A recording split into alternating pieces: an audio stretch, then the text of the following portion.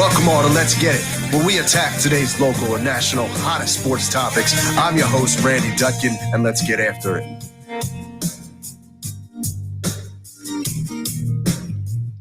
Welcome all to Let's Get It, where we attack. Good morning, ladies and gentlemen. Welcome to Let's Get It. I'm your host, Randy Dutkin, coming to you on a beautiful Sunday morning as the rain is starting to let up a little bit. Once again, as usual, I'm here with my co-host, Marcus Bullock, and co-host and producing Jason Bryce. How we doing this morning, fellas? Everything is good, man. Everything is good. Same good. here. Jay, how you doing? Same here. Everything is good. You know, it's a new way of doing things. So we're trying new things out, whatever, but we're moving in the right direction. So the rain has let up, but the rain came. So that means my grass seed has finally been watered. So I'm happy. I'm telling you, I'm happy, excited. So I'm good, though. Well, I'll tell you one thing. That's a good thing that the rain came and the seed is coming, because I'll tell you what, the rain is coming down on the Sixers season real quick with a terrible 4-game losing streak, injuries left and right. We're going to get into that. Basically in the Philadelphia area, it's a lot of struggles right now. So we'll get into it. It was a good week as usual. I know that, just to give you guys a little update, unfortunately, the Camden baseball team dropped both of our games this week. We had played Paul VI and we played Seneca High School. But the boys were able to, get some experience. They were able to get better with each game, and looking forward to some success next week. So we'll see how that goes. For sure, man. You got to start somewhere, right? You got to start somewhere. No, absolutely. Absolutely.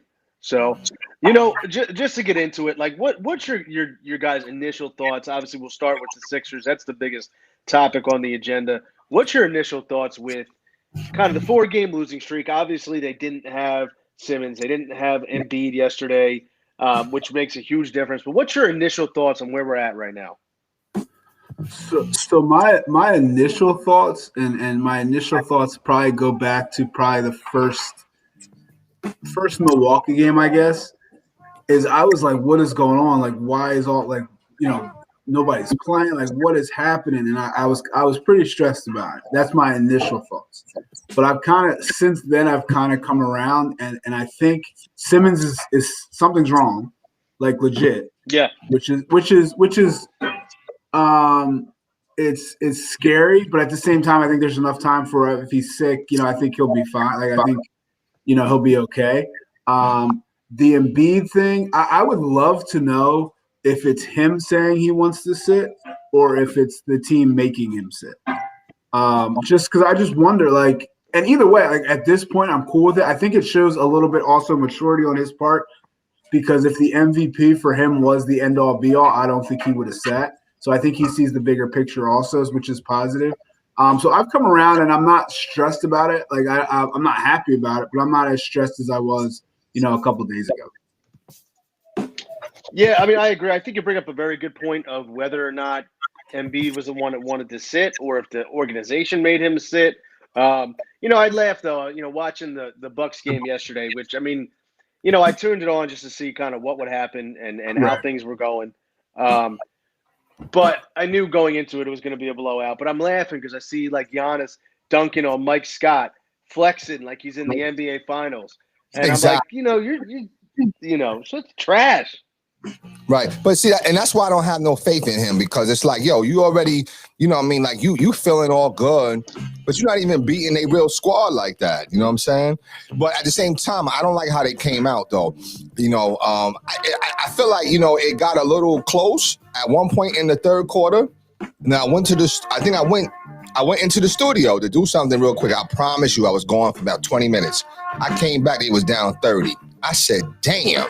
They had cut the lead to, I think, like 8 or 7, maybe even 6. You know what I'm saying? And then I came out to the studio, came back in 20 minutes later, they was down 30. I was like, yo, you know what? They had no chance, you know what I mean? So the thing is that, like Giannis and all them, like, I don't really, it's like, yo, you're really excited over what you're doing, versus, a shell of a team. You know what I'm saying? It's not like when Brooklyn just had Kyrie. They could still get busy, right? You know what I'm saying? Or they had one of their stars. We had nobody out there pretty much. You know what I'm saying? We had nobody out there. Listen, and I want to ask you, how did Danny Green play? Does anybody know? Listen. I don't think any of these games without Simmons or either one after Embiid, you can judge the role players because that's exactly what they are. Danny Green is not going to. He's not going to be an effective player if he doesn't have studs around him. Like, it's just not going to happen. If he doesn't have those guys around him, he's not a guy that can create his own shot. And when he starts creating his own shot, it's just like you said about Tobias. He's outside of himself. He's not being who he is, and then things just get worse.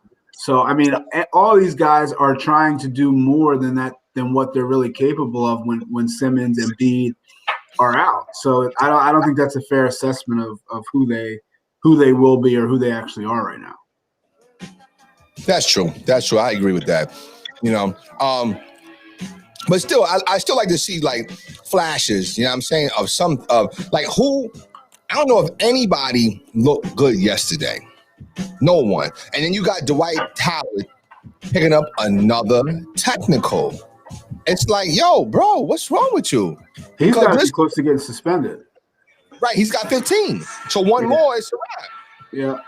Like, come on, like you got to be smart about that. But then some of the things, like, I'm gonna do one of your moves, Randy. I'm gonna call out the GM and get on him a little bit, okay? Because you love to call out GMs. You know what I'm saying? But because name me a good GM that we have. Well, now the Sixers have a solid GM, and the Phillies do. But for a long time, GMs in this area, particularly one, Mr. Howie Roseman, all day, every day, I'll call him out. Yeah, but at least he brought you a title, though. So, you know what I mean? No, he didn't. I don't want to hear that, but go ahead. I mean, I know you don't want to hear it, though. I mean, but, nobody likes to hear the truth. But we'll move forward. But the thing is that you got the Nets signing this dude, Mike James. You know what I'm saying? You got people making some moves. We ain't make no moves. So that except George Hill. And I think George Hill is going to be formidable in the playoffs. I think he is. But I still think we're lacking something. And I'm not sure if it's more of a, off the dribble creator. Because I don't know if George Hill fits that role. I like him steady as a point guard, a distributor, game manager, Alex Smith type, for a football reference. But other than that, like, I still think we're missing something. And that's, that's discouraging a little bit. You know what I'm saying? Like, you could have picked up JJ. JJ's in Dallas. Like, I don't know. Boston scares me. So I don't know. I'm nervous. So I'm calling out Morey because I feel like he didn't put the right, he had an opportunity to get some pieces and he kind of fumbled the bag, as they say. Yeah, I mean, I agree with that. I think that, we talked about it during the trade deadline that they needed to find somebody who could score. And, we throw out names like Lou Will and guys like that who can just go get their own bucket. And I think this is the kind of game that would have come in handy, a game where you don't have everybody, but this guy can just go score. I'm not sure. That's. Go ahead, Randy. I'm my bad. Go ahead. No, that's all good. No, I mean, that's my thought also is that, we didn't go make that move. I mean, right now, like I said, I want to know, like Marcus brought up a few minutes prior, he said, what's going on with Ben Simmons? Because they're really like, sweeping that under the rug. This is now 4 straight games he's missed. What's going on? And I think that Sixers fans, we deserve to know the truth and what's going on with him. And because if he's not healthy, the Sixers won't go anywhere. They say he's got the flu. Well, he needs to man up because I'm sorry, Jordan played the flu game and we saw what he did with the flu. But that was also game something other whatever finals. Like, we don't need him to man up right now. Damn. Have you ever had? I know. Yes. The flu. Yes. It's like a Ram truck, yo. Like, you know what I'm saying? Like, you know. I understand. And if he comes back now, everybody's got the flu. That. I mean, listen. I once had to run laps for during Yom Kippur where I was fasting. My coach did not care that it was Yom Kippur, and he said you need to run or you can go home. So I understand the struggles, and I wasn't getting paid millions. Yeah, but surely you can't compare fasting to having the flu. I mean, they're two different things. My goodness, yo. You know what I'm saying? But I get it, though. I hear what you're saying, though. Because, listen, I think we're going to close out at that 2 seed. Okay? If we don't drop I don't know if we don't drop to 3. If you look at the final 12 games, though, I don't see any reason why they can't go 9-3 at the worst. Yeah, I agree with that. And Milwaukee and Brooklyn play each other twice still. So that's going to be some losses for somebody. I mean, I think I still think they have a good shot to get the number 1 seed, and I still think it's really important that they get the number 1 seed. Yeah, I don't know. I listen. I'm a big person. I'm a very faithful person. I thank God for everything. But I don't see it though. I want to see it. I don't see it though. They don't look well. They don't look good. They don't look good. And I can't call Doc out because he's doing the best with what he has. But coming down the stretch, I want to be playing our best ball. And I feel like we're down the stretch right now and we're not playing well. I mean, we have injuries, I get it, but I'm concerned. I'll be honest with you. And it's even with Simmons and Embiid, I'm concerned. Because I just feel like, you know what, teams have gotten better, their benches, and I just don't like putting pressure on Korkmaz, putting pressure on I don't know. I'm a little nervous. Oh, it's going to be interesting. I know we talked about it on the last show about that playoff rotation, and I think that 7-8 guy, like I think you're going to only have like an 8-man rotation come playoff time, and it's going to be interesting to see who Doc goes to for that. Yeah, Mike Scott hit some shots yesterday, so I was happy to see Mike Scott. I don't want to see Mike Scott. I'm sorry, I don't want to see Mike Scott can't be in the rotation. He can't be in the rotation. He's going to be in the rotation though. He's going to be in the rotation. Where? I don't think so. I think you're going to see Maxey, Milton, Korkmaz. Who did you say first? Your boy. No. Come on. Maxey should not be on the court. Oh no, but I mean that wasn't. Who? No, he shouldn't be in the rotation. He shouldn't be. You have Simmons. You have Seth Curry. You have Danny Green. You have Tobias. You have Embiid. That's 5. You have Dwight Howard whenever Embiid's off the court. That's 6. You have Shake. That's 7. You have George Hill. That's 8. That's 8. I'm good. Okay. Yeah. Okay. I mean, I guess you're right. And I think that. Yeah. Simmons gives you that versatility where you don't need a Mike Scott because Simmons can guard other 4s. So you don't need another defender in the game because they're, for rebounding or whatever, because Simmons can do that. Yeah. I see Mike Scott getting some burn. You know what I'm saying? I don't know. No, I don't. I don't want him to get burned. I don't want to see him get burned. I mean, he may just because of the score of the game dictates it or a spot minute here or two. But I don't think he should be in the 4th quarter. We should never see Mike Scott in the game is what I'm saying. Because I think we have the strength of this team is how versatile they can be. And I think that's, we have to use that strength. I think you're right. I'm just nervous. And, listen, do you guys belong to that Sixers 24/7 or some of them Sixer chats?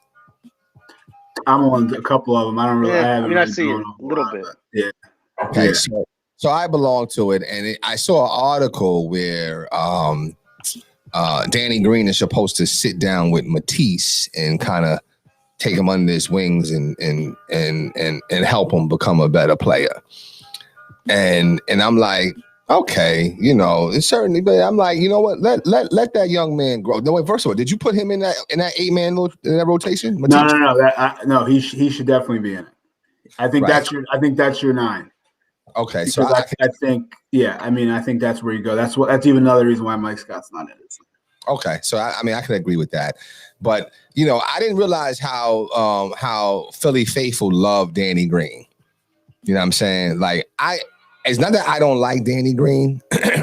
I just don't like him as a starting 2 or 3. I don't like him starting. You know what I mean? And that's the problem. Well, who's giving him all this love?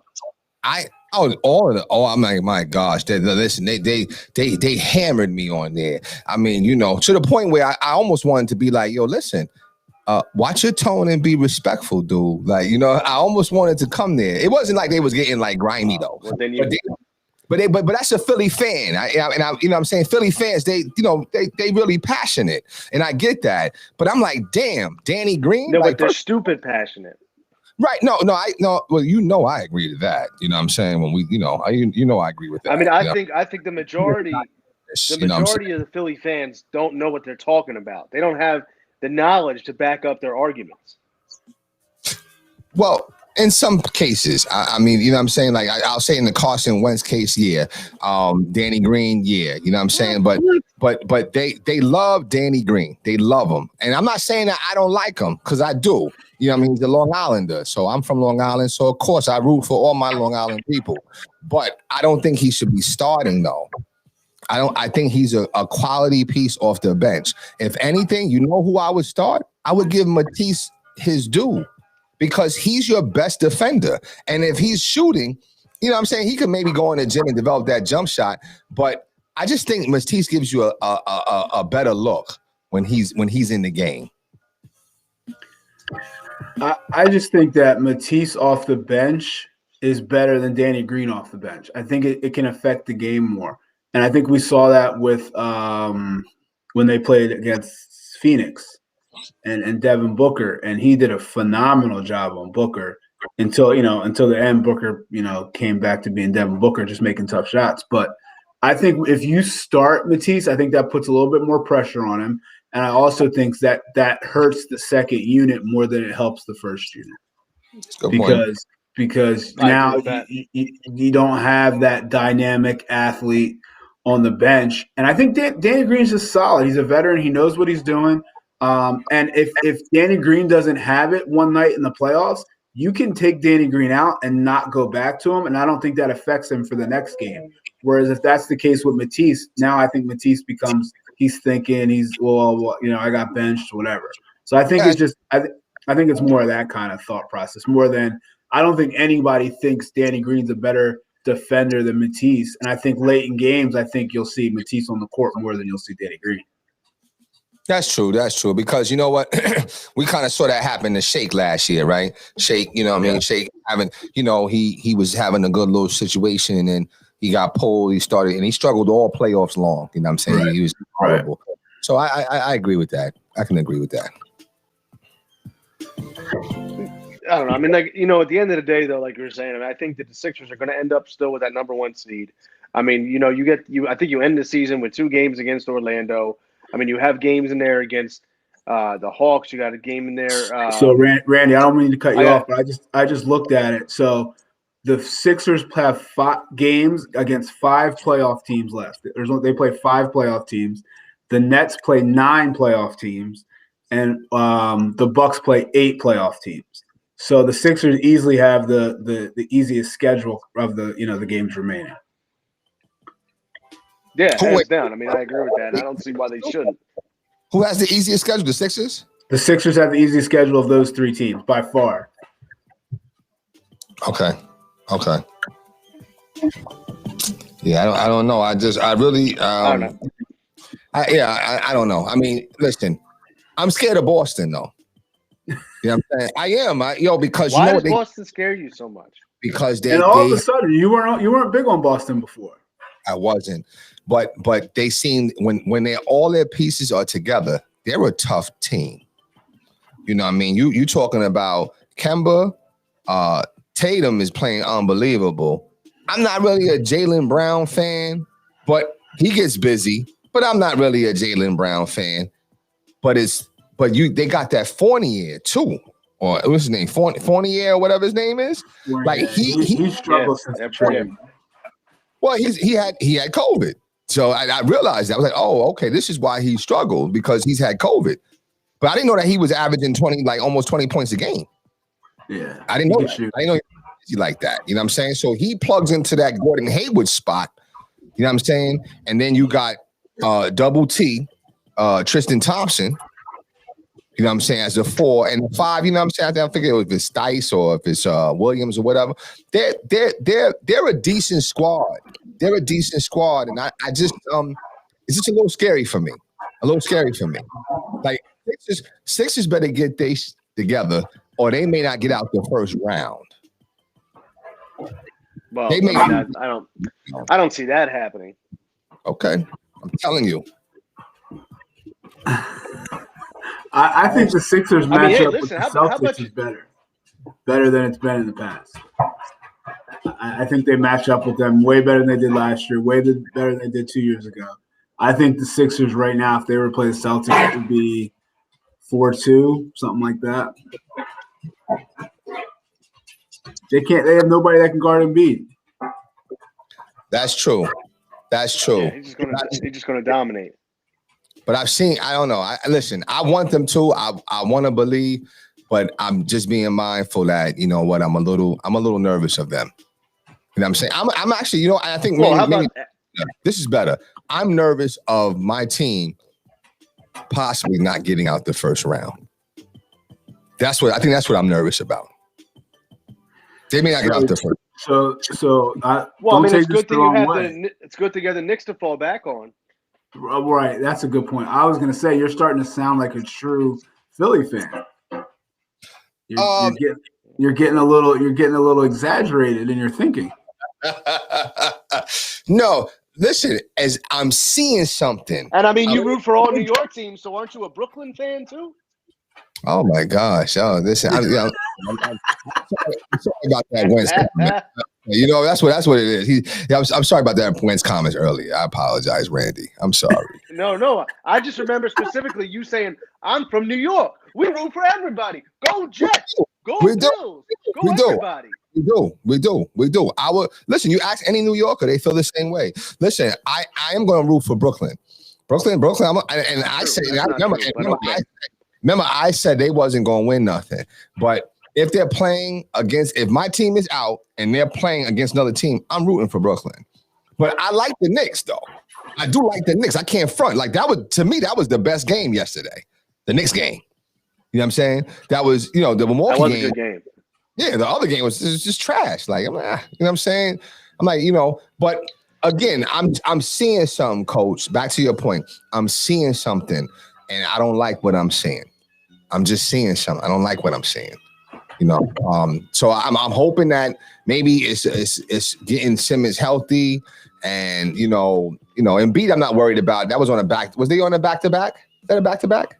No. He had a day rest, whatever. But I think I'm not concerned about Embiid, but Simmons I'm a little concerned about. You know what I'm saying? He hasn't played well. He hasn't played well recently. So I don't know. I don't know. I mean, like I said, you go back to Simmons, but I mean, to go back to Simmons, you say he hasn't played well.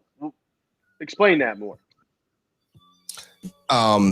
Didn't he play? He's missed 4 straight, or no? He hasn't missed 4 straight. He played recently, didn't he play? He's missed 4. No, he missed 4 in a row.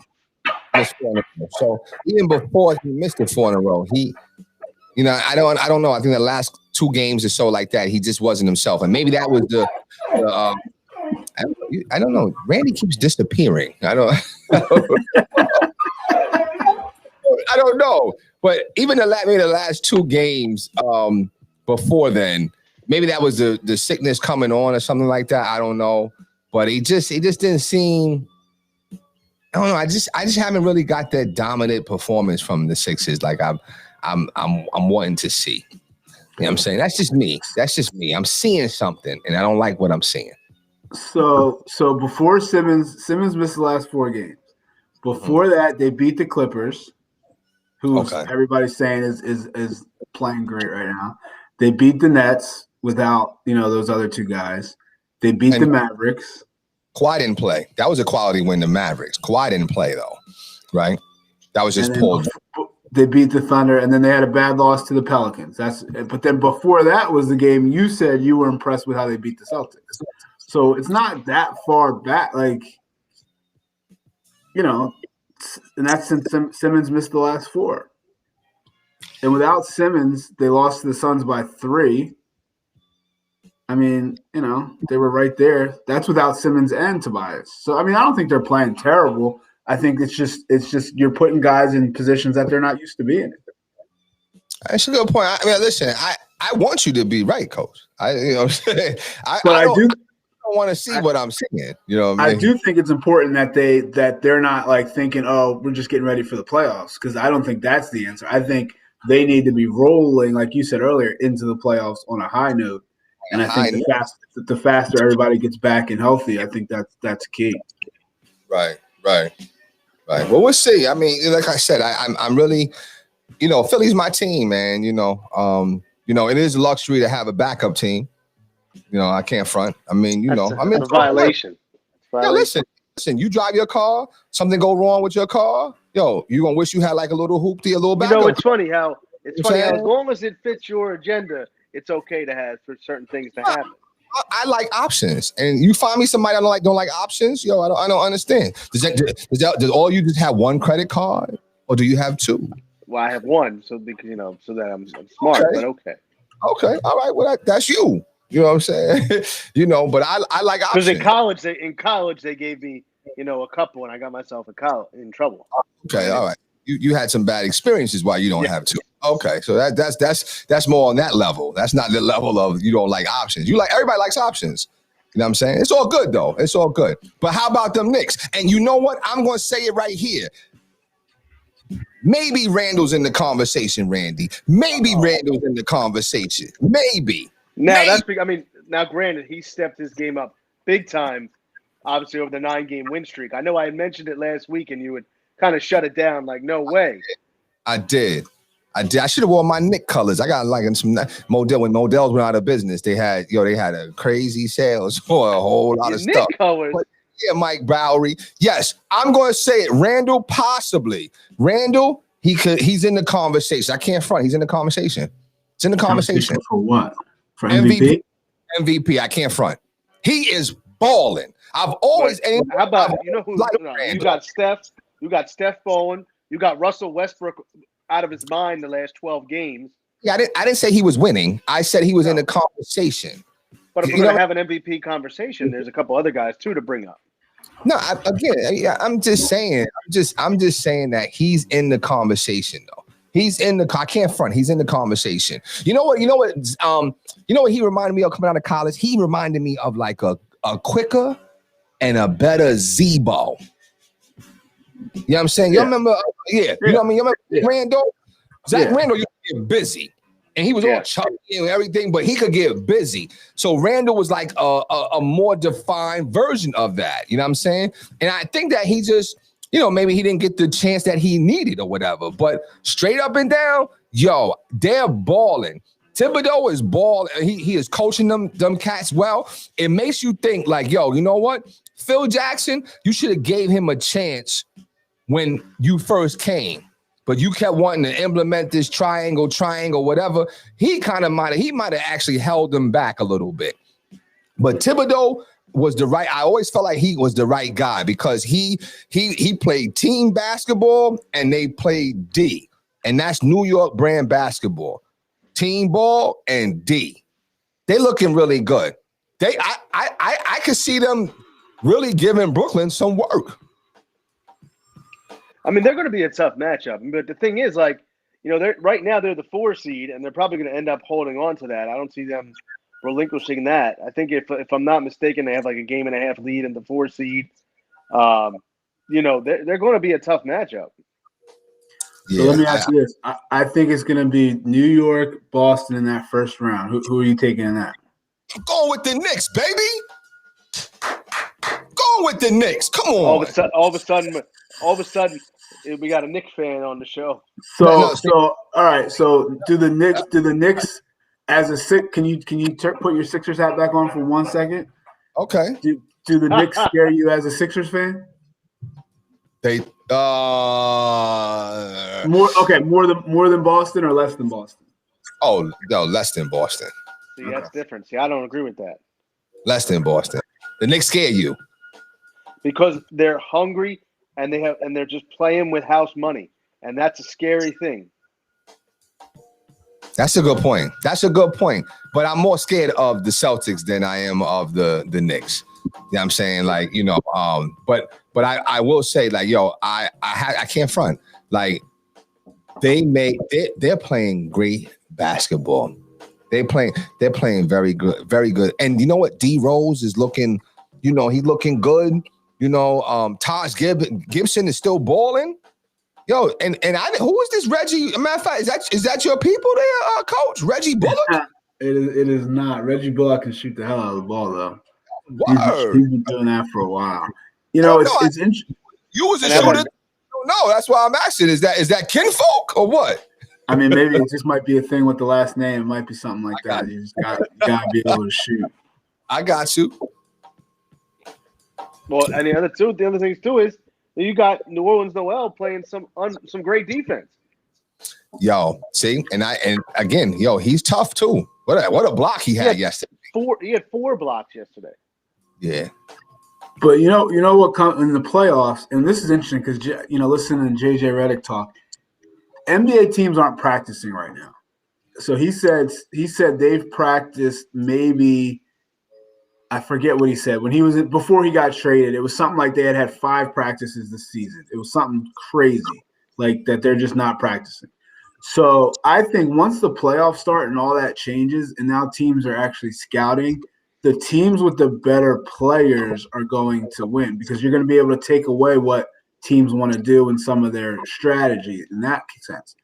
So a team like Boston, who has 2.5 guys that can just score whenever they want, I think is going to be a tough problem for a team with like the Knicks, who really only have 1 guy that can do that. And then that's where my worry with the Sixers comes into. No, I mean, at the end of the day, too, the question always boils down to the Sixers is who's going to go get you that bucket when you need it. I mean, obviously, Embiid is the one you look at to go get you that bucket. But is there somebody else that can step up and get that bucket when you need it? I mean, it would have to be Tobias, but I'm not sold on Tobias yet in those situations. But he's an all-star. He is not an all-star. He wants to tell everybody he is, but he is not an all-star. Yeah. No, I don't think so either. I mean, like, he wants to go around lying that he hooked up with the pretty girl when you didn't. He keeps telling everybody he did. I feel like you reached back into like in yesteryear. Like, are you telling us some stories here? Something like that? Oh no, I was not. No. Oh no. No. But you guys never had that one person who would always like embellish things, and I feel like that's the bias right now with the I'm an all-star. Oh yeah, there's always that one guy. He would talk, and you just be like, "Oh yeah, cool." And you just exactly. Exactly. But so that's little Tobias. But we'll see what happens. If Tobias can prove it in the playoffs. I mean, listen. At the end of the day, I mean, it's going to be great. I think in general, both the Eastern Conference and the Western Conference playoffs are both going to be very strong. I think that the play-ins are going to be great, actually, and I think it's going to be very exciting. And it's interesting. I know that Anthony Davis just came back for the Lakers. Is there any word on LeBron? I haven't heard anything about when he may be back. The last I heard is he was going to be right behind him, but I haven't heard any like timetable or anything like that. LeBron's got his focus on other things right now. Yeah, I agree.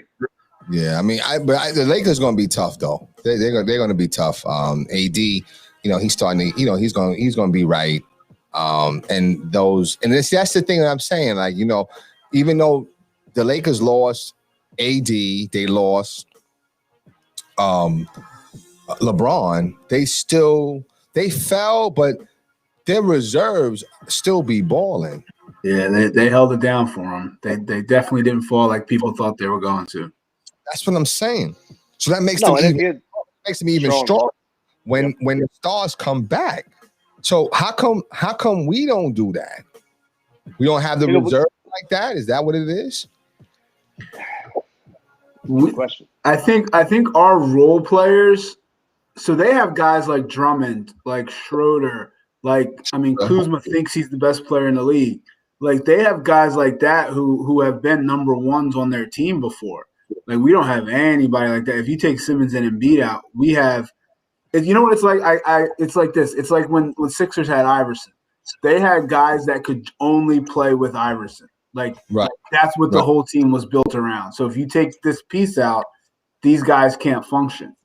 And I feel like that's kind of like what it is now. You had to build. It's a special team. In order to keep Simmons and Embiid together, you have to have a certain type of guy. And I think if you take those two parts out or a part out, I don't think it works. Right, I got you, and that's true. I agree. I mean, you know, it's going to be interesting, and we'll see. I mean, like I said, I think that down the stretch, you know, the Sixers won't go any worse than 9-3, and I think that's the worst that they'll go. And I think that's going to be good enough to still, you know, solidify that number one seed and go from there. Yeah. Yeah, I mean, I think the schedule is very favorable for them, and hopefully the Bucks and the Nets can get beat up a little bit and slip. There we go.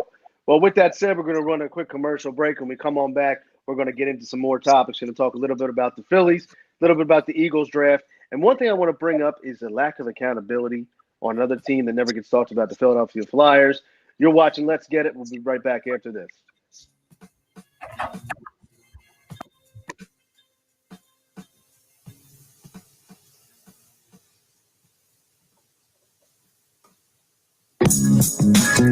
Lady T's Elegant Creations, where everything is handcrafted with love. We specialize in personal and custom-made baskets, bracelets, candles, and more. So when you're looking for that perfect gift or just need a custom arrangement, don't hesitate to contact Lady T's Elegant Creations, where everything is handcrafted with love.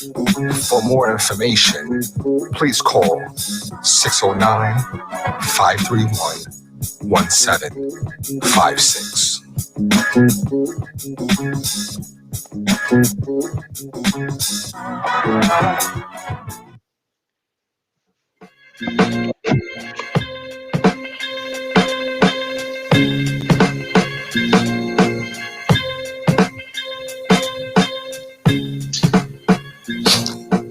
All right, welcome back to Let's Get It. Little technical difficulty there that we got going on. It's okay. We're working through it. Go ahead, Randy. You go, bro. I don't know what it is, man. We got some technical issues on my end today. So, I don't know. It's all good. It's the weather. We listen. It must be the weather, but listen. I wanted to get into a little bit. I know we talked a little bit about what's near and dear to me the most too is the Phillies, and the Phillies. They had a good victory last night. I know that they came out. They got some production from Rhys Hoskins, 2 homers, 5 RBIs last night. Big production. But the Phillies have dropped 11 of their 16 games since they started off the season, and they are hovering around 500. They have multiple issues that I don't know what we're going to do to address as far as the pitching staff goes. You have no number 4 starter, no number 5 starter that you can rely on. And now a originally reliable bullpen hasn't been reliable the last few games. So, I don't know what is going on with them, but long term, I feel like this team has to make a move. They also have to make a move for center field. Right now they get no production. They brought up Mickey Moniak, the rookie, who's been playing okay. Recently, they actually just had another rookie, Nick Maton, came up. He's been hitting well early on. But I look at the Phillies and I look at it like almost, like the Sixers, because the Phillies, to start, they address certain pieces, but they never addressed it with that key piece. The Phillies needed a couple starters. They got themselves kind of like, something off the scrap heap when they signed Chase Anderson and they signed Matt Moore, kind of like the Sixers needed a top of the line bucket getter and they didn't get it. The Phillies never made that signing to go get the pitcher they really needed. And I think that's going to be an issue for them. And they knew center field was a problem for them, and they didn't address that either. So for me as a Phillies fan, I know it's a long season. You can't get caught up. But I look at what the long term looks like right now for this team. And I think the same problems are going to bite them in the butt, kind of just like the Sixers.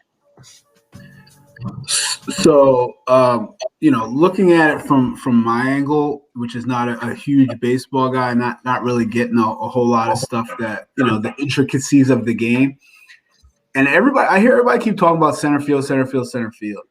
What's going on in left field? And that's a great point, too. I'm glad you brought that up, Marcus. I'm glad you brought that up. And that's flying under the radar because Andrew McCutchen is producing nothing.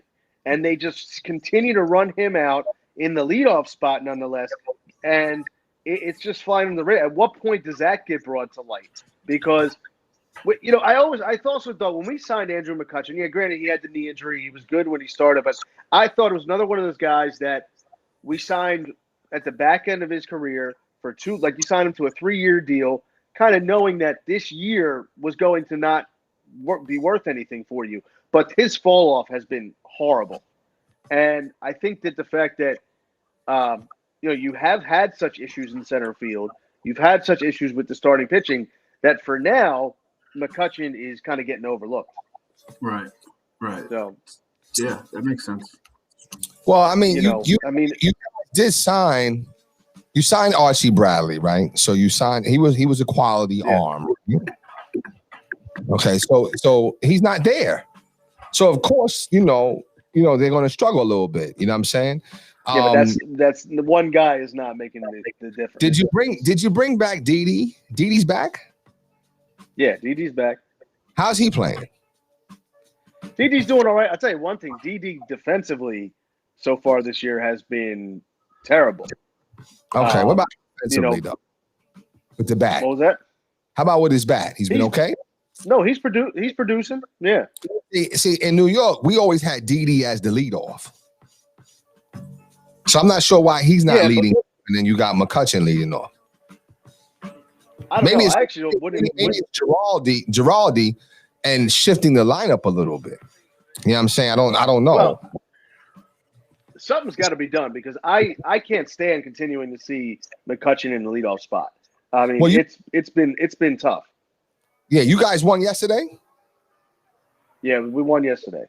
Okay, all right, okay. Well, I mean, a win's a win. You know what I mean? It's a start. But I don't know. I mean, listen, nobody expected the Phillies to contend this year. So, they're doing okay.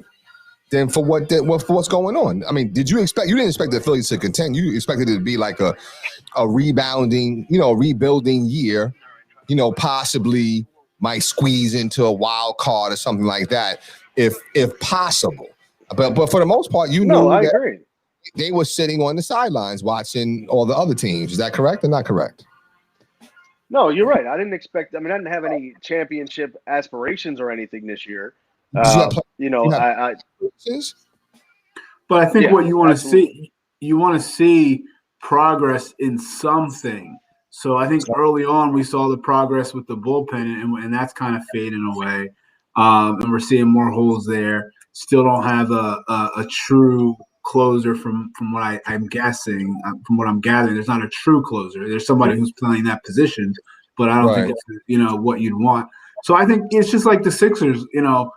When they were going through the process, it was like, all right, we have to get a piece. Like, show us something that's gonna get us excited moving forward. Last year the bullpen was terrible, so you addressed it. And like I said, it was good early, but now it's fallen off a little bit. So I think as a Phillies fans, we just want to see constant improvement. You got two stars on the team. So right, you got Bryce Harper, How's he produced? Has he been producing or what? Yes, he has. Bryce is doing all you could ask him to do. Okay, all right. So he's what? He's okay. So he's hitting he's moving the bat. How about Real Muto? JT's doing his thing too. Oh, okay. So now do they have money to spend to get other players after paying Bryce and after paying Real Muto and after the Phillies have money. The Phillies have money. That's not the issue. I mean, the Phillies have had, because the thing is, the Phillies had the contract that they got from Comcast. They had a $500 million TV contract that they had signed. You know, they're getting money from that, not just the influx from the team. You know, but I think the thing that bothers Philly fans too, I mean, they also got to remember they signed Zach Wheeler too. I think the problem is that with the Phillies right now, like Marcus said, you're not seeing the success, and you don't want to see prime years wasted. And that's what I think Philly fans are worried about. You know, you got these guys under contract. You got guys like Wheeler and Nola and Real Muto and Bryce Harper. You have them under contract for years, but you see it all too often where the players' good years get wasted. And, you know, the problem too is also we have no farm system to even work on dealing and making a trade for anybody. And that's one of the biggest issues also. Well, I mean, you know, I know when the Yankees, when we get in trouble, you know, we just outbid everybody. You know what I'm saying? We spend the money. So that's why I'm asking, you know, you brought up all these things that you have the money. So just spend the money, man. I don't know. You know, you got to do something though. You got to do something though. But if you think about it, you got Wheeler and you got Nola. So that should, I mean, you know, you have two possible number ones, number one, number two, right?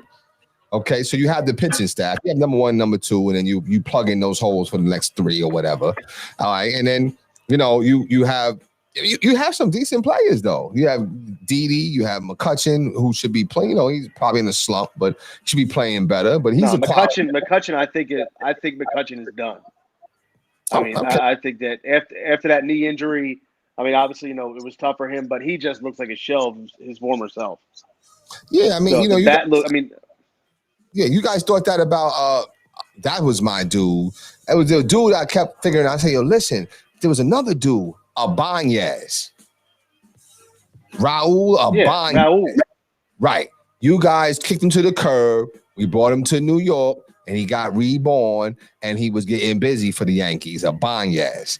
You know what I'm saying? So, you know, I mean, you guys have some quality players, I think. I think it's just about putting them together and, you know, I don't know. Sometimes I feel like, you know what? So you could have took that money and got you a decent catcher, a quality catcher, but didn't need that much money. So then now you have other money to spend in other areas. This is what I was talking about earlier during the summer.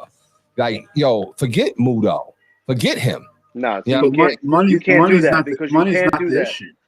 No, money's not the issue. And also you could not do that because you went and you traded your best pitching prospect as part of the deal to get Real Muto.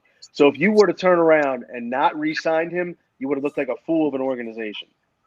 I mean, you know, listen, I mean, you know, I think that, you know, you take chances and you see if they work out, if they pan out, and if they don't, then you just kind of, you got to do something. I don't think you understand how good GT Real Muto is as a catcher. Like, and how much of a difference maker he is. Okay. Okay. Well, let's see the motherfucker make a difference. Cause I don't know. Y'all. Wait. Are you in second place, third place? What place are you in? I'd have to go. Last I saw, we were tied for first. So no, you ain't tied for first though. I thought the Mets was in first. But I don't know. I don't know last night's game. But before that, after DeGrome's gem. On Friday, it was that Friday night, the 15 Ks. See, there he goes. There he goes, Marcus. If it's from New York, he roots for him. There he goes.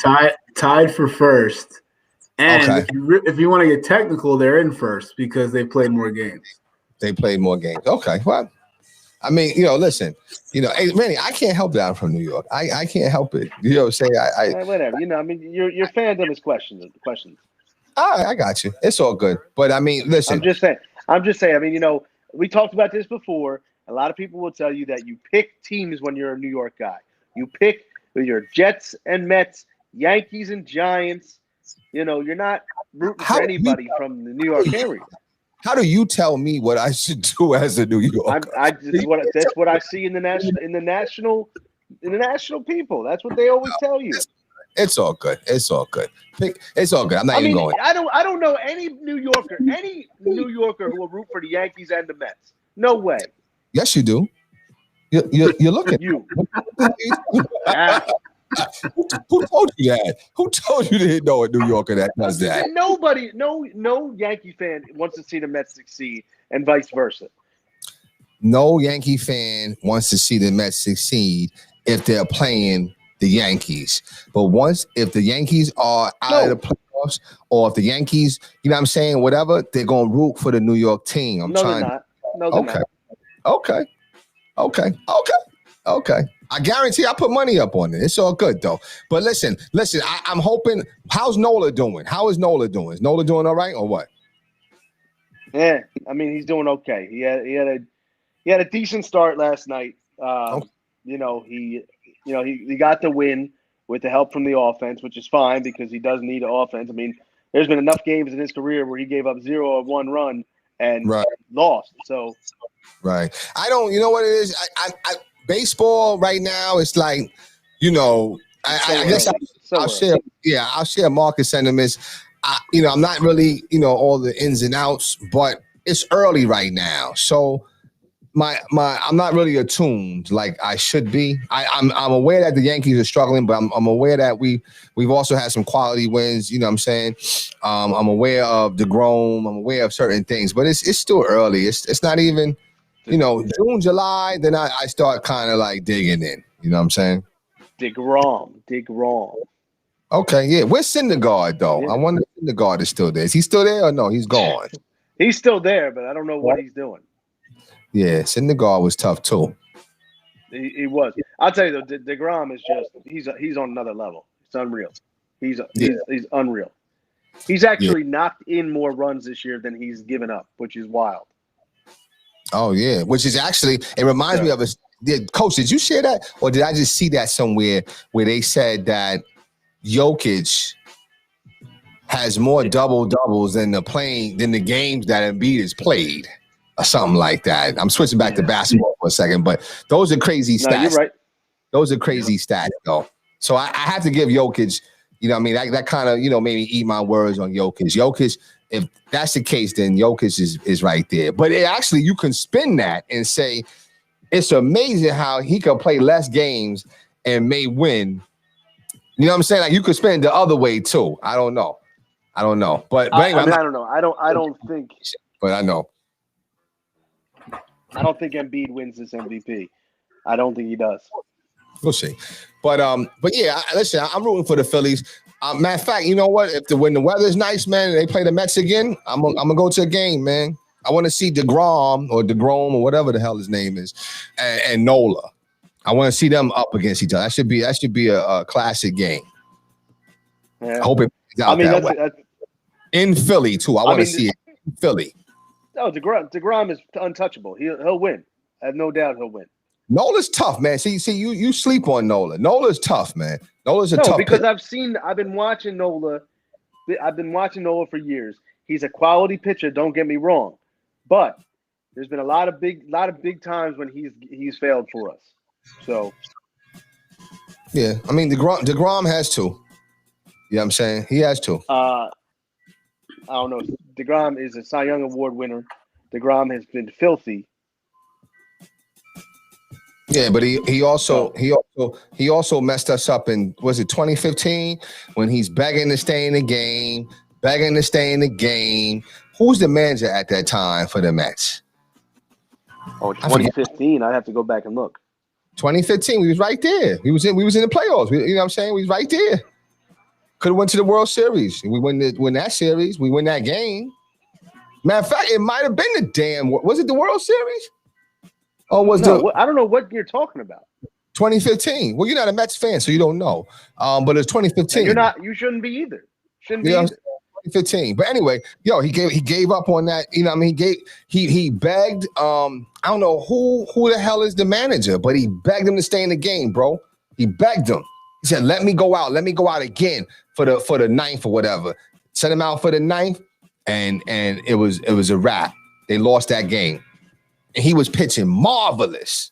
And everybody I was like, yo, listen, take him out. Take him out because they done see, you know what I'm saying? It's the ninth inning.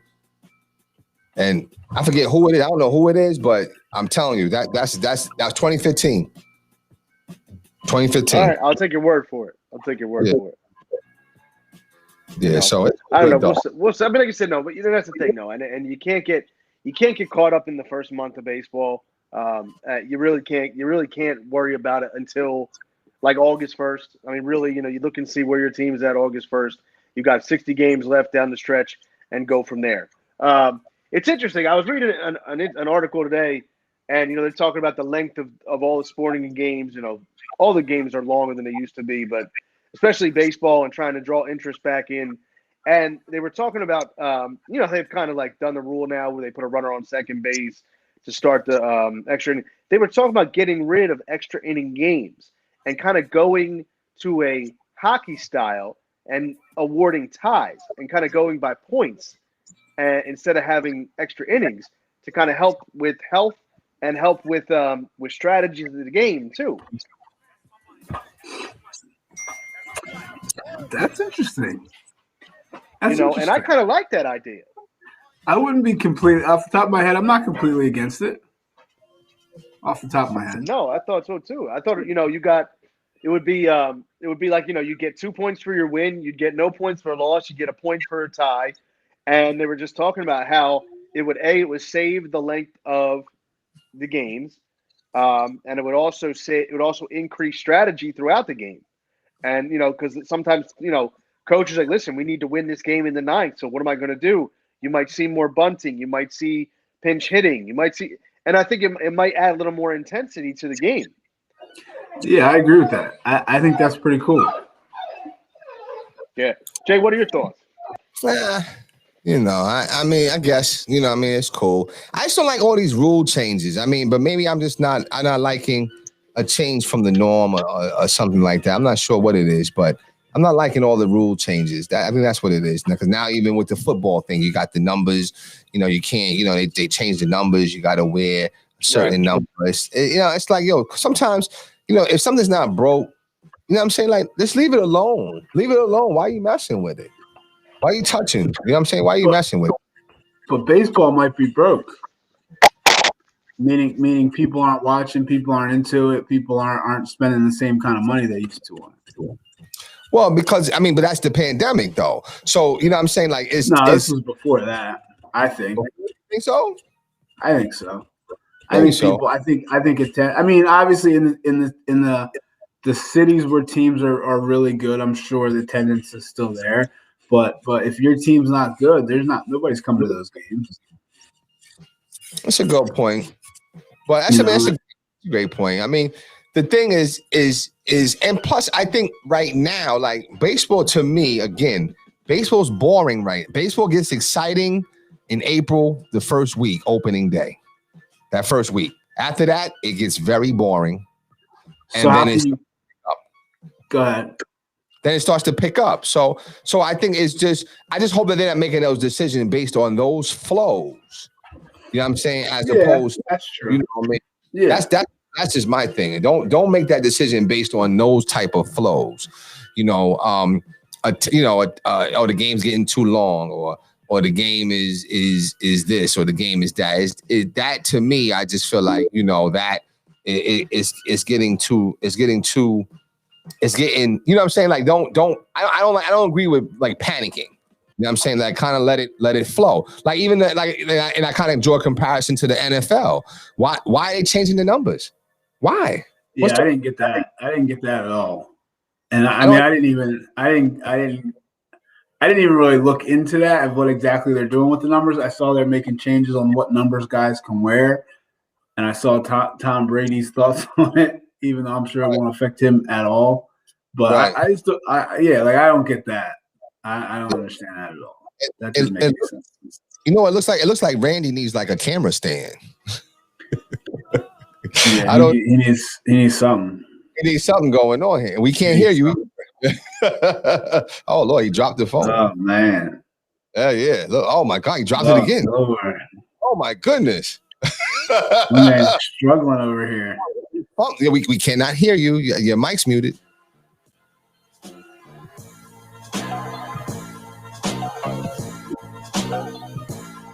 Yeah, I don't. Yeah, Randall. No,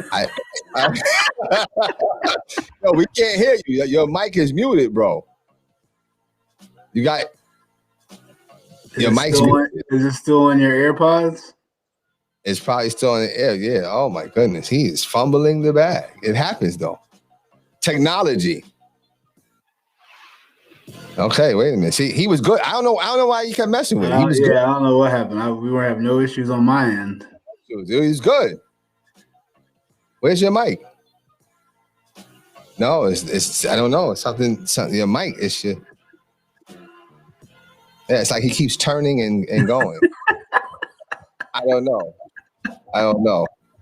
But anyway, listen, yeah. So I just think that sometimes you just leave some things, the way they are. You know what I mean? Like don't mess with it.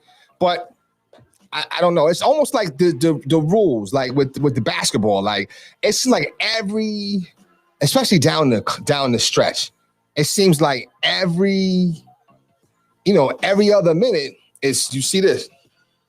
Yeah. No, it don't stop. No, you're right. You're right. You know what I'm saying?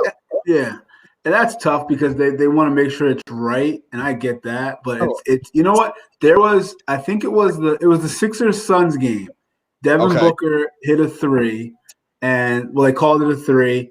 The Sixers came down, and something happened. It was a foul, and they wanted to make sure it was a 2 or a 3. And it took like 10 seconds, and they were back. And I'm like, yo, that's perfect. Like if we can do it that way all the time, get it right, and it's crazy. I don't understand. Like there's people somewhere who are watching these games with the officials. Like, why can't they be like, yo, that was a 2 and keep moving? That was a 2. Oh, that was a foul on number 25. Let's go. Like the refs don't need to watch it. The refs just need to have somebody who's an official somewhere, whoever what do they say? In Secaucus? That's what they always say. And then that person can just make the decision. Like that's it. So keep it moving. I think if we could ever get to that, Randy's still trying to talk and nobody can hear him. Nobody can hear him. We're gonna go to commercial real quick. You know what I'm saying? We're gonna go to commercial and then we'll come right back with the final. Matter of fact, let me do my Randy. Listen, we're gonna go to commercial. We'll come back with final thoughts. And listen, you know what? I want to introduce I was watching this real quick. Do you watch UFC? Do y'all watch UFC? I don't. I've watched it a few times. I don't watch it. I couldn't get into it. I couldn't really either, but I was watching it a little bit last night, and I just want to give some little thoughts on that. But anyway, we'll come right back and we'll try to listen, ladies and gentlemen. We're going to try to get Randy together because I'm not sure he was fine. I don't know what happened. He was just messing with it. I don't know. But anyway, we'll be right back, ladies and gentlemen. Right back.